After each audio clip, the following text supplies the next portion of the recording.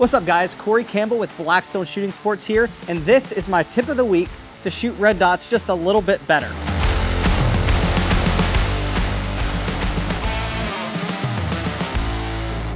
Almost every company at this point is come out with some type of adapted pistol to allow the use of a red dot. Now, if you're anything like me, when I switched over from traditional iron sights to a red dot, there was a bit of a learning curve. So I'm gonna show you a really quick tip that will help you start shooting red dots better.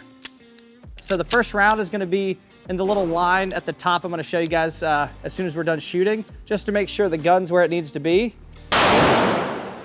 And now we're gonna do a quick build drill. Okay, let's go see the target. So there was my first shot, just to make sure the red dot's where I want it. I was a little bit low, I was over pushing the gun, but you see everything is pretty close. So now I'm gonna show you something that seems a little odd at first that actually will help a ton with being target focused as opposed to staring at the dot while you're trying to shoot. Let's do it. Also today we are shooting the Atlas Athena, and this is a pretty cool gun. It's probably one of the first times I've shot an Athena in a very long time. So it's fun getting to shoot guns that go this fast. So as you see, I've got some blue masking tape, and we're just going to cover the dot. Now, I know what you're thinking. How am I gonna be able to see what I'm shooting if the dot's covered? Well, that's the science of the eye. So what's gonna happen is, at least for me, because I'm right eye dominant, my right eye is going to pick up the dot, and my left eye is going to see the target, which is gonna let me stay target focused, but see the dot.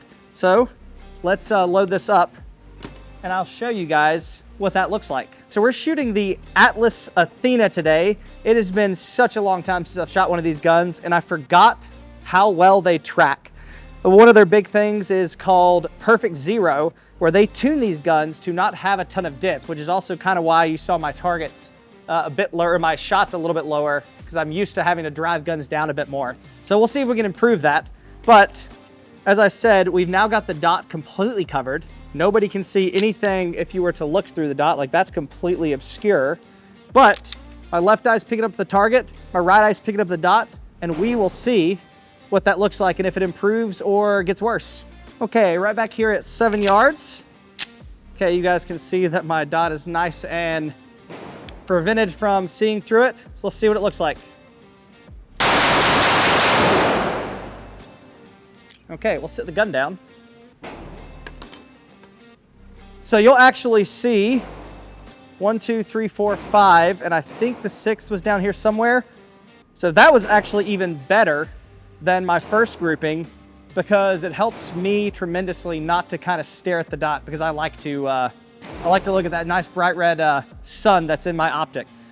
This even works at distances really well. So we're gonna send the target back, reload the gun, and do this from maybe 15 or 20 yards and see what that looks like, and see if it still holds at distance. Let's do it. Okay guys, so we have the target about 14 or 15 yards away, and we're gonna try with the occluded dot, so masking tape over the optic at this distance, and see if everything holds true and I can still get shots on target.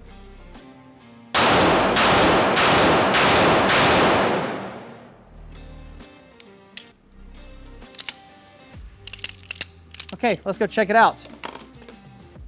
Okay, so at about 15 yards, you'll notice that everything was about in here. We'll be able to have the target show up on camera, so we'll kind of see exactly where they were. But pretty much everything was on this slightly top half. So basically, it still works, and it kind of works out well because all of my first target, when I could see the dot and the target through the dot, were all the worst ones. So it actually even improves my shooting. That's your tip of the week. Check us out next time for the next tip to shoot a little bit better.